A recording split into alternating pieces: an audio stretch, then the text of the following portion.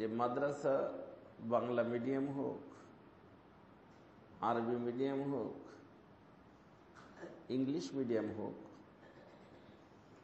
কিন্তু আপনাকে এবং আমাকে হইতে হবে কোরআন এবং হাদিস মিডিয়াম।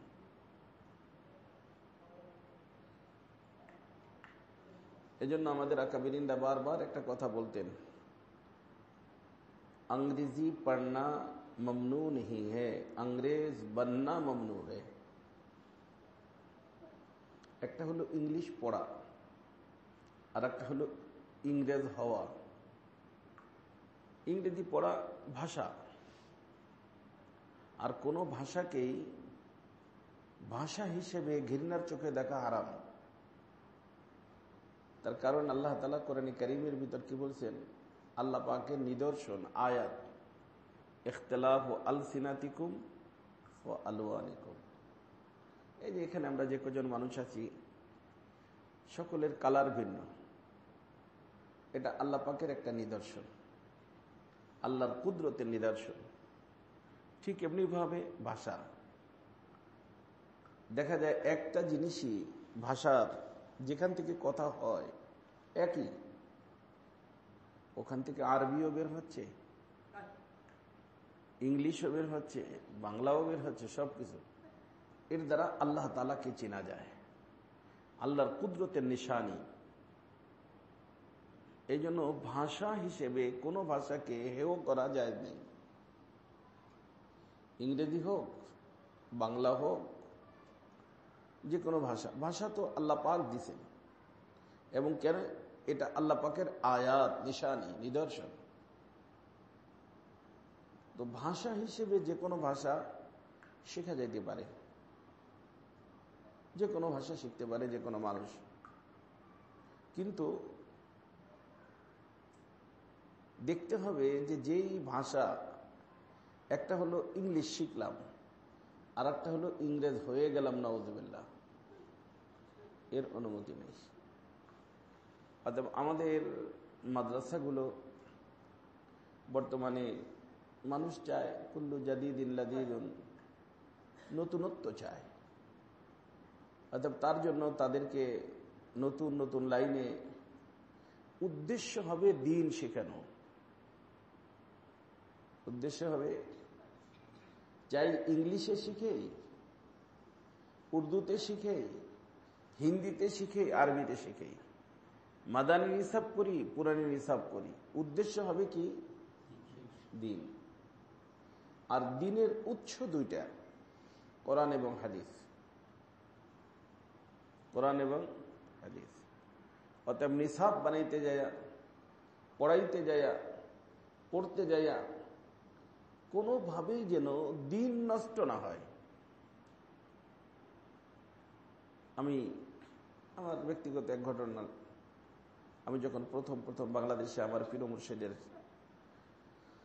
সোহবত থেকে আসলাম, এখানে আসার পরে বিভিন্ন জায়গায় যাওয়া হয়, মানুষ হাদিয়া তোহবা দেয়। এমনি তো আম্বিয়াদের সিফাত হলো লা আসআলুকুম আলাইহি আজরা ইন আজরিয়া ইল্লা আলাল্লাহ। তো আমার হযরতকে বললাম যে হযরত ওয়ালা, চাইতো না, চাওয়া ছাড়া অনেক মানুষে দেয়,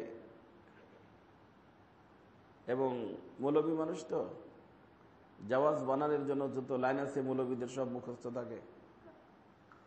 আমি আমার হযরতকে বললাম যে হযরত, अगर मैं नहीं लूंगा तो उनकी दिल शिकनी होगी। क्या होगी? दिल शिकनी। যারা জানেন দিল মানে তো দিল, শিকান অর্থ ভাঙ্গা, অর্থাৎ তাদের দিলটা কি হয়ে যাবে? ভেঙে যাবে। আর দিল ভাঙ্গা মানুষ বলে কাবা ভাঙ্গার থেকে বেশি ক্ষতি। এইটা আবার শয়তানে শিখায় অনেকে। কিছুদিন আগে আমার নিকট একটা ছেলে আসছে, একটা মেয়েকে ভালোবাসছে। এখন তার কথা হলো যে হযরত, আমি যদি তারে বিয়ে না করি, তারে কথা দিছি সে দিলে ব্যথা পাবে, অতএব আমাকে অনুমতি দেন যে কোনো ভাবে। ওর মা রাজি না, বাবা রাজি না। আমি বললাম যে তোর, ওর দিল শিখনি, ওর দিল ভাঙ্গার ভয় তোর আছে, কিন্তু তোর মা বাপের দিল ভাঙ্গার ভয় তোরটা নাই। ওর দিল তোর নিকটে বেশি দামি না তোর বাপ মার দিল তোর নিকটে বেশি দামি? বুঝে আসছে না? তো শয়তান এই এক শব্দ দিয়া অনেক জায়গায় মানুষকে ধোকা দেওয়ার চেষ্টা করে।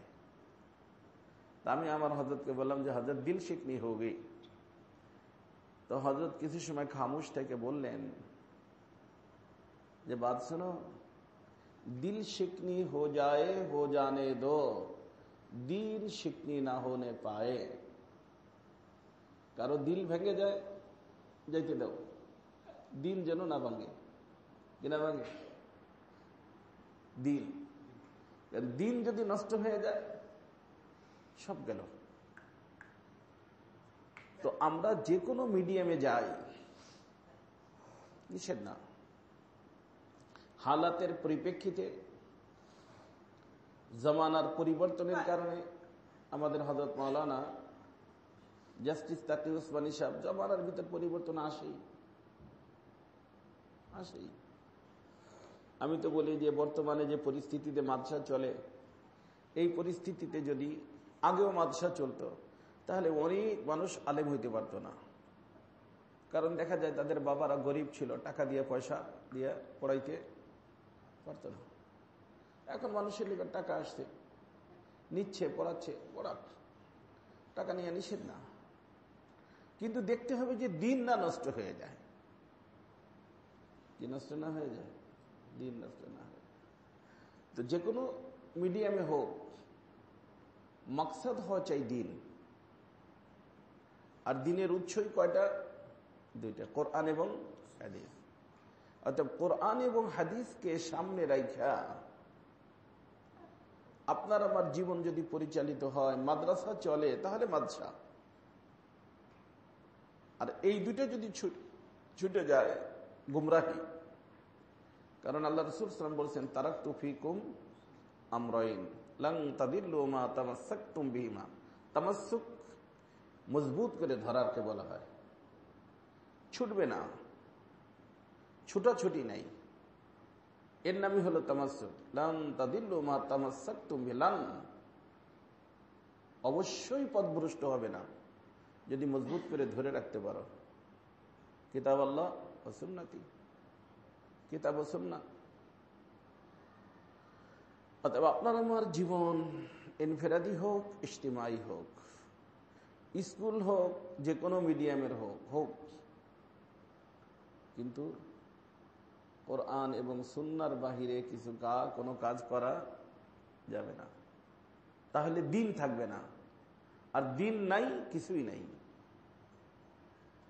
দিন নাই, কিছুই নেই। এজন্য আপনাদের খেদমতে একটা দরখাস্ত, যে এই দিকে খেয়াল রাখবেন। এটা ইংলিশ মিডিয়াম হোক, মাদ্রাসা, অতএব এখানে যারা টিচার হবেন, আসাতিজা কেরাম হবেন, তারা যদি দিনদার হয়, স্টুডেন্ট দিনদার হবে। তারা যদি দিনদার না হয়, ছাত্র কি হবে না? দিনদার হবে না, ছাত্র দিনদার হবে না। ছাত্র যোগ্য, উস্তাদ যোগ্য না, কাজ হবে না। উস্তাদ যোগ্য, ছাত্র যোগ্য না, কাজ হবে না। এই জন্য অনেক বিষয়কে চিন্তা করতে হবে আপনাদের। কারণ এই নতুন একটা জিনিসকে চালু করে, এটার দ্বারা উম্মতের উপকার। কারণ কোরআন কারীমের ভিতর মান আমিলা সালিহাম মিন যাকারিন আও উনসা ওয়া হুয়া মুমিন ফালানুহইয়ান্নাহু হায়াতান তাইয়্যিবা। আমল, এখানে কিন্তু আমলের কথা বলা হয়েছে। পুরুষ হোক, মহিলা হোক, আমল হইতে হবে। আমল কোরআন এবং হাদিস অনুযায়ী তার আমল, তার মাথার তালুর থেকে পায়ের তলা পর্যন্ত কোরআন এবং সুন্নাহ দিয়ে যদি সজ্জিত থাকে, তার সোহবতে যখন একটা বাচ্চা বসবে, উনি ইংলিশে বলুক আর উর্দুতে বলুক আর আরবিতে বলুক, আল্লাহ পাকের মেহেরবানিতে তার মধ্যে দিন যাবে। কি যাবে? দিন। আর যার থেকে বের হচ্ছে কথা, তার মধ্যে যদি দিন না থাকে, যা আছে তাই যাবে। এই জন্য হযরত আসাতিজা কেরাম আলহামদুলিল্লাহ আপনারা যারা আছেন আপনাদের খিদমতে দরখাস্ত যে মাথার তালুর থেকে তলা পর্যন্ত যেন রসুলের সুন্নতের সাজে সজ্জিত হয়, আপনার মধ্যে আমার মধ্যে দিন থাকে। কারণ এখানে মান আমিলা সালিহাম মিন যাকারিন আও উনসা ওয়া হুয়া মুমিন ফালানুহিয়ান্নাহু হায়াতান তাইয়্যিবা। কারণ যার জীবনটা কোরআন এবং হাদিস অনুযায়ী হবে, তো বোঝা গেল শুধু আলেম হওয়া যথেষ্ট না, আমেল হইতে হবে। একটা হলো কি হওয়া? আলেম হওয়া, আর একটা হলো আমেল হওয়া। আলেম কিন্তু আমেল না, তার হায়াতে তাইয়্যিবা হবে না। আলেম কিন্তু কি না, আমল নাই। কারণ এখানে মান আমিলা, মান আলিমা না, বরং মান আমিলা। তো আলেম হইল, আমেল হইল না, তার হায়াতে তাইয়্যিবা হবে না। আর দুনিয়ার হায়াত যার হায়াতে তাইয়্যিবা হবে তাকে আল্লাহ পাক সামনের জীবনে তৈয়ব জায়গা দান করবেন। আর তৈয়ব জায়গার অর্থ হলো জান্নাত। জান্নাত হলো তৈয়ব, জান্নাত হলো তৈয়ব। ওখানে খারাপ বলতে কিচ্ছু নাই। তো এখানে যার হায়াতে তৈয়বা হবে, আর এখানের হায়াত তৈয়বা হওয়ার জন্য শর্ত হলো আমলে সালেহ। আমলে সালেহ, আর আমলে সালেহ ওই আমলকে বলা হয় যে আমলটা কোরআন এবং সুন্নাহ মোতাবেক হয়। কোরআন এবং সুন্নাহ মোতাবেক হয়, তো ওই আমলটার নাম আমলে সালেহ। আর আমলে সালেহ যখন কোনো ব্যক্তি করবে তাহলে সেই ব্যক্তির হায়াতে তৈয়বা হবে। আর যার হায়াত এখানে হায়াতে তৈয়বা হবে, ওখানে গিয়ে আল্লাহ পাক তাকে তৈয়ব জায়গা দান করবেন। কারণ ওখানে আল্লাহ পাক দুইটা জায়গা রাখছেন, আর ওটা নির্ভর করে এখানের হায়াতের উপরে। এখানের হায়াত যদি হায়াতে তৈয়বা হয়, তৈয়ব জায়গা। হায়াতে খবিসা হইলে খবিস জায়গা। তৈয়ব জায়গার নাম জান্নাত, খবিস জায়গার নাম জাহান্নাম। তৈয়বের ভিতরে খাবাসাত বলতে কিছু নাই। এমনকি মহিলাদের মেন্স হবে না, নাক দিয়ে ময়লা বের হবে না, খানা খাবে পেশাব হবে না, পায়খানা হবে না। ডেকোর দিবে, ডেকোরের ভিতরে খুশবু, সুগ্রাণ। তার অর্থ খাবাসাত বলতে, খারাপ বলতে জান্নাতের মধ্যে কোনো কিছু নাই। আর ওইটা পাওয়া নির্ভর করে এখানের হায়াত তৈয়বা হওয়ার পরে। আর জাহান্নামের ভিতরে পাক বলতে কিছু নাই। খাওয়া পান করা কোনো কিছুই বলেন, কোনোটাই পাক না, সব না পাক। কারণ পান করতে আল্লাহ যেটা দিবেন সেটা হলো মানুষের পুজ, মানুষের রক্ত, পেশাব পায়খানা যেটা পিছনের রাস্তাতে বের হয়ে যাবে, ওইটা যেখানে জমা হবে সেখান থেকে গ্লাস ভরে তাকে দেওয়া হবে। তো না পাক না, না পাক, না পাক। বিছনা শুবে, আগুনের বিছনা শোয়ার সাথে সাথে সমস্ত বিছনার ভিতরে চর্বি গোশত গলে যাবে, না পাক। তার অর্থ জাহান্নামের ভিতরে পাক বলতে কিছু নাই, জান্নাতের মধ্যে নাপাক বলতে কিছু নাই। এমনকি নাপাক তো দূরের কথা, যাতে মানুষের ঘৃণা হয় পাক এমন জিনিসও থাকবে না। নাক দিয়ে ময়লা বের হয়, এটা কিন্তু নাপাক না, কিন্তু দেখলে ঘৃণা লাগে। কাশি দিলে খারাপ লাগে, ঘৃণা লাগে। ঘৃণার কোনো জিনিসও থাকবে না, এমন পাক। তো ওই পাক জায়গায় যদি যাইতে হয়, এখানের হায়াত পাক লাগবে। ওই নাপাক থেকে বাঁচতে হলে এখানে হায়াতে খবিসাত থেকে বাঁচতে হবে। অর্থাৎ যার হায়াতে তৈয়বা হবে, তৈয়ব জায়গায় যাবে। যার হায়াতে খবিসা হবে, খবিস জায়গায় যাবে। বুঝে আসছে না?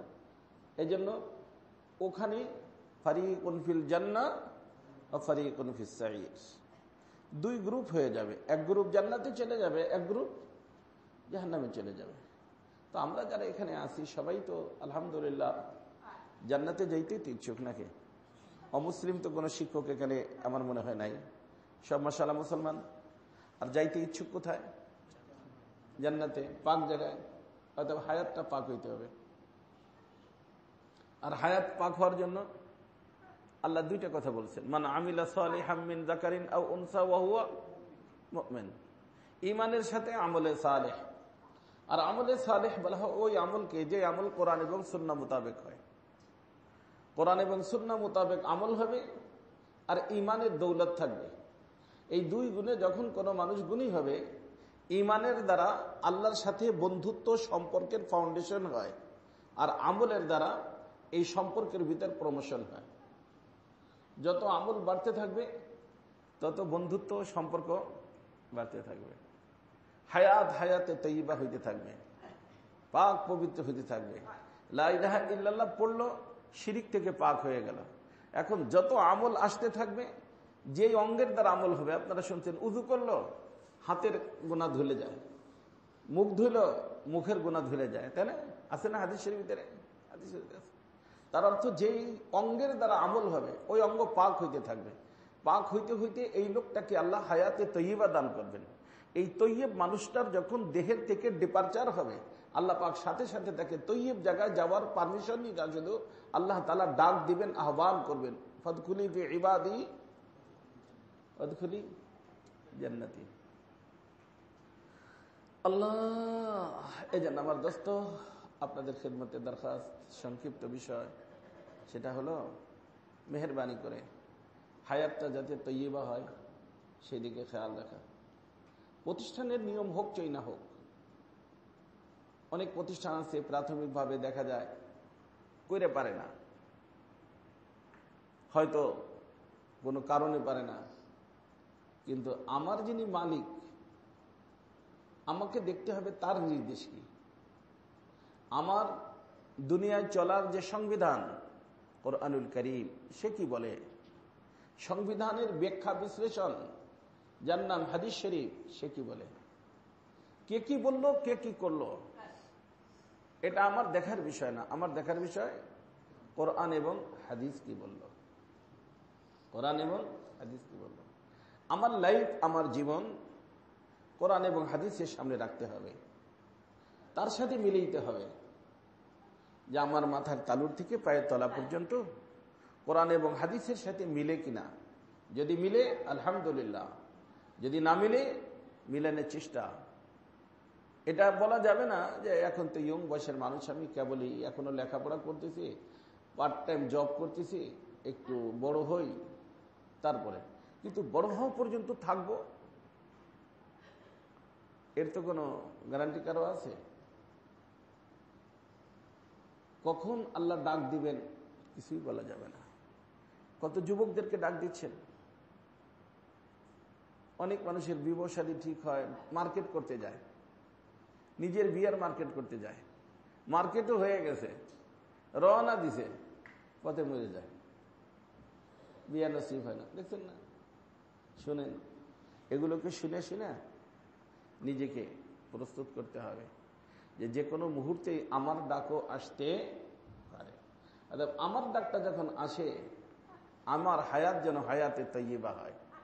আমার হায়াত যদি হায়াতে তৈয়বা হয়, আমাকে তৈয়ব জায়গায় যাওয়ার পারমিশন আল্লাহ দিবেন। আর হায়াত যদি আমার খবিসা হয়, তাহলে কবির জায়গা হায়াত হবে, খবিসা জায়গা হবে, তৈয়ব হবে না। আর তৈয়ব যদি হায়াত হয়, আল্লাহ খবিসাও দিবেন না। ইন্নাল্লাহা লা ইউখলিফুল মিআদ। কারণ এখানে আল্লাহ তাআলা বলছেন, মান আমিলা সালিহাম মিন যাকারিন আও উনসা ফালানুহিয়ান্নাহু। যারা আরবি সম্পর্কে জানেন তারা জানেন, ফালানুহিয়ানহু লামে তাকিদ বা নুনে তাকিদ সাকিলা। তার অর্থ এর থেকে ঊর্ধ্বের তাকিদ আর কোরআন হাদিসে নাই, আরবি কিসে নাই, নাহুর মধ্যে নাই। ফালানুহিয়ান্নাহু হায়াতান তাইয়্যিবা, অবশ্যই আমি তাকে হায়াতে তৈয়বা দিব।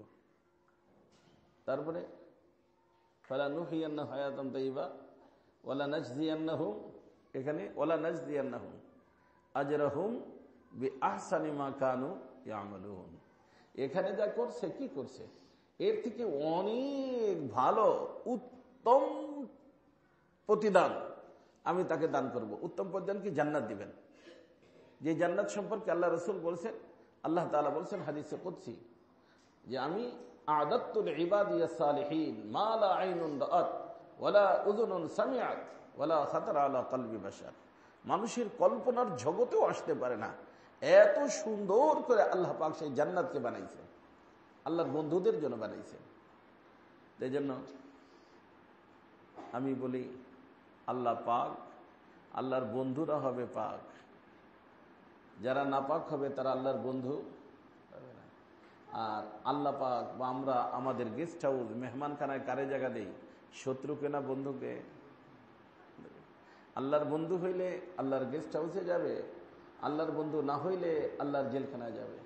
আল্লাহর জেলখানার নাম জাহান্নাম, আল্লাহর গেস্ট হাউস মেহমানখানার নাম জান্নাত।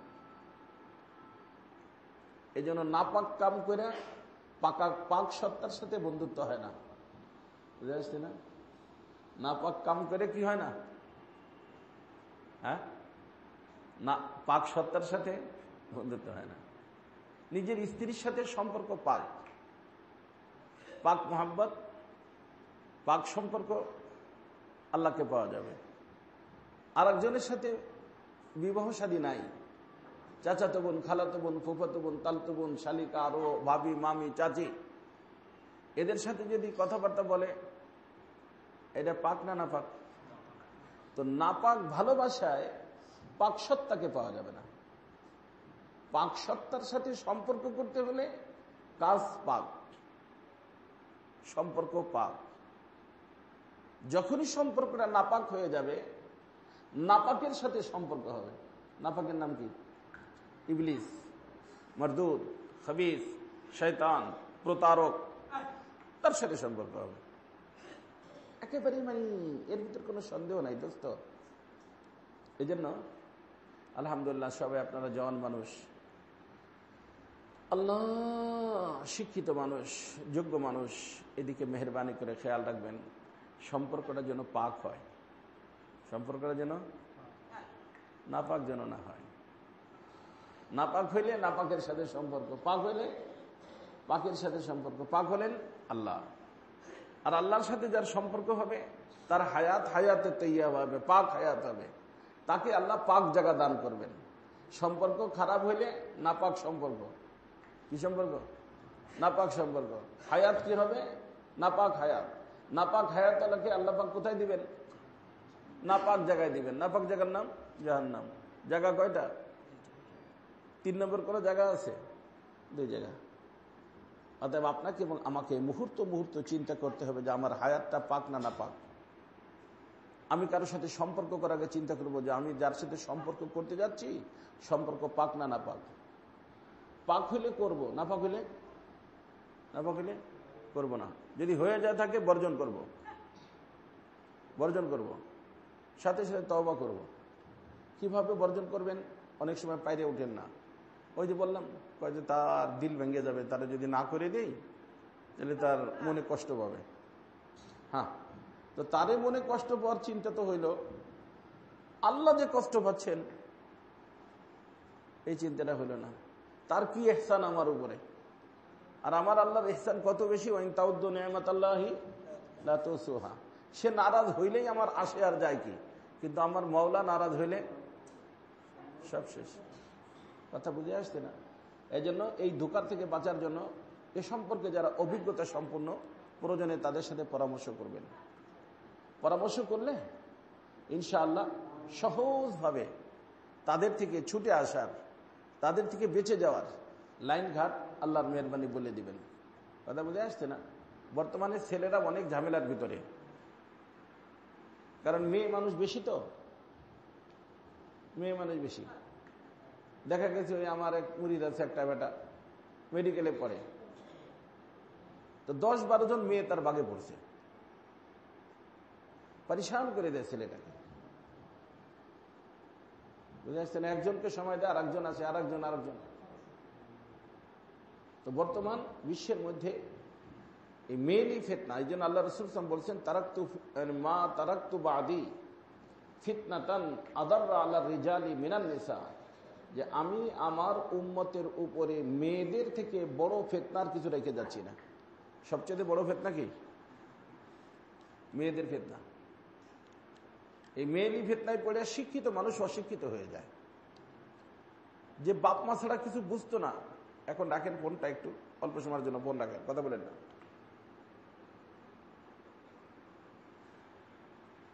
বাপ মা ছাড়া কিছু বুঝতো না, বাপ মারে চেনে না, কত বড় কঠিন জিনিস।